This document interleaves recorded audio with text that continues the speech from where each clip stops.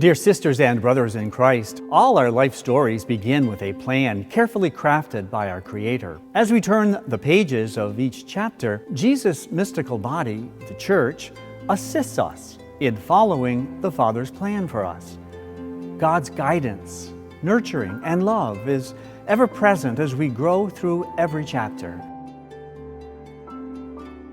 Whether it be the brightest and most joy-filled chapters or the chapters of our lives that are the most difficult. The story of the Bishop's Fund Appeal, first known as the Diocesan Development Fund, began in September 1959 by Bishop James Navaw. He saw a need for works of charity and education in the Diocese of Ogdensburg. As we embark on our 66th Bishop's Fund Appeal, we reflect gratefully on the past support of Catholics across the diocese, and we look to the future with hope, knowing that many of the chapters of our lives will continue to be blessed through the ministries and the programs supported by the Bishop's Fund Appeal.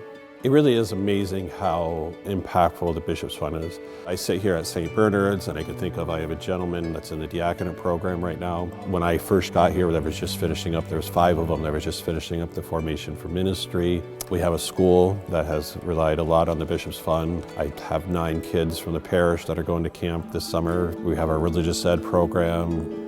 Anything the parish does, you could see the impact, you could see the influence of the Bishop's Fund Appeal. And I looked back what I had done as a teenager, and when I was in high school, I went to 2 different youth conferences. I went to Guggenheim from when I was 11 years old till I was 18. I turned 18 at camp. It wasn't until later that I realized a lot of people are making a lot of sacrifices to make sure that these things go on. I would not have been as open to a vocation if I hadn't spent the time there. The positivity of the place, the opportunity to separate from the world around us into a place where everyone's on the same page, everyone's being shown the same faith. I think that's the key piece to it. Every time I went, it was just that fulfilling. It just gave you a sense of, I'm not the only one. Your continued support enables us to be a source of comfort and hope to those who are in difficult chapters in their lives. They might be experiencing hardships because of job loss, health concerns, loss of homes to fire and flooding, and for those who are struggling to put food on the table for their families. We always do like a group project for our confirmation class. My grandma, who's our leader of our youth group, thought, oh, maybe we should do something for the food pantry. So we visited them and they were like, we desperately need more stuff and supplies, and like our money and their grant has been cut down a lot. So we were like, we should help them out with that. At the food pantry, they have a lot of freezers, but chicken, turkey, and stuff like that, they didn't have either a lot of or it sold out too quickly. We decided to help raise Tops gift cards that were like $25 to help out with getting turkey and chickens. That went really well. We decided to help a little bit more as well. Our leader told us about their Bishop's Fund, and you can like ask for a money donation and they could possibly grant that to you. We were like, oh wait, that would be perfect, because we were also trying to help raise money since how the grant was cut back, and we wanted this place to still be able to run and help our community. The Bishop's Good Samaritan Fund gave us $500 and it definitely helped out, and we're still raising money together. We donated to the food pantry and they were very grateful for that. I rarely even thought about the food pantry, but the more and more went to it, I realized it was a big part of our community and helping it stay fed. The need was definitely higher than I thought. They never asked, they just lived their life. But now after hearing a lot of families come here, then it's like, oh, there's a higher need for supplies and goods. Keeping this place running is going to show how much you care for the people around you. Every little bit helps. I hope we see more people at our church do more things like this, even if it's not as big or even if it's bigger. I hope that others will take inspiration from it and help make the community and their communities a better place. Through your support, we provide a foundation of faith for young people as they attend Catholic schools, parish religion classes, attend youth retreats, and participate at Camp Guggenheim. The living story of our faith really speaks very well to youth ministry. It's a lifelong journey. The work that we do at Camp Guggenheim and the other events that we run throughout the diocese really do affect the youth's ability to recognize their faith and deepen their faith, especially Camp Guggenheim. They do have a very unique opportunity at Camp Guggenheim to really embrace their faith in a very freeing way. The students have a great time. The camp counselors that we have are so dedicated to their faith that really resonates with the student population that attends. They do come away from that with a greater appreciation for how they can actually embrace their faith in their daily lives and not be afraid to share that faith and live that faith out. The very special thing that the Youth Ministry Office brings to the families of the diocese is that very word, family. There's many family connections. There's a lot of family involvement. There are generations of people that have maybe grown up in the parish and then come back to work in the parish as a youth minister, as well as the counselors out at Camp Guggenheim. That connection really does resonate with the youth. It is so very important that we have the support of the people of the diocese to help us run these ministries. Without their support, we certainly could not do the work that we are doing. Through your support, we provide education and encouragement to our seminarians, priests, deacons, and commissioned lay ministers through the ministries promoting church vocations, education of seminarians, continuing education of priests, deacon formation, and formation for ministry.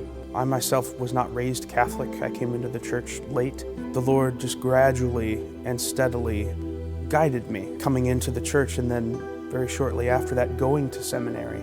All throughout the process of formation, He was there. My dad's actually an Anglican priest, so I grew up around liturgy that was very close to ours, with concepts and a tradition that is very close to ours. But I didn't really know details about the Catholic faith. When I was about 15, Mom came into the church, and at that point I started sort of analyzing and examining the teachings of the church a little more closely, seeing where they had answers for my questions. And then it was the exposure to good priests of the diocese, and especially Father Brian Stitt. I realized there was somewhere to be going instead of just questions to be asked, and the church was the answer to both.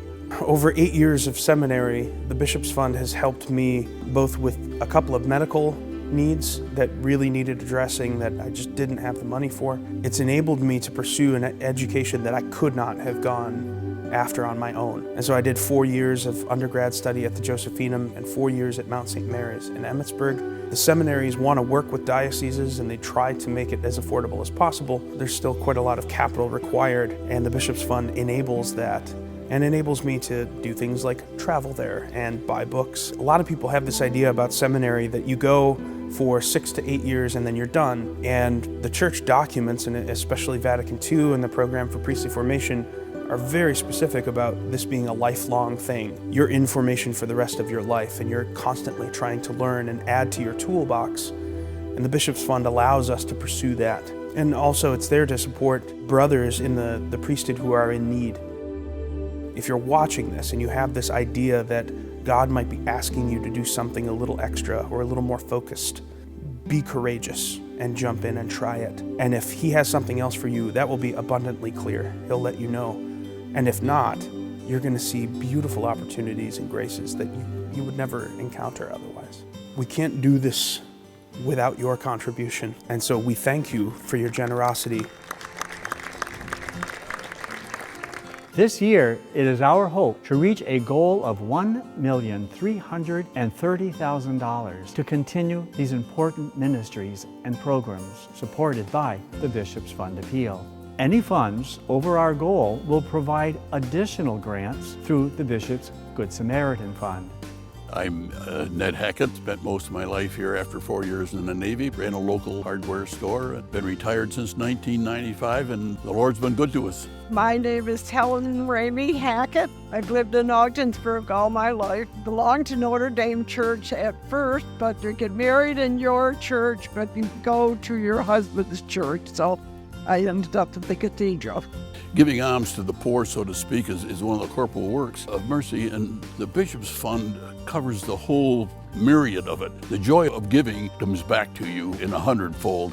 We've given over the years, and it's come back to us. While we've, thank heaven, have never needed the Bishop's Fund personally, but it's helped a ton of people, educated priests.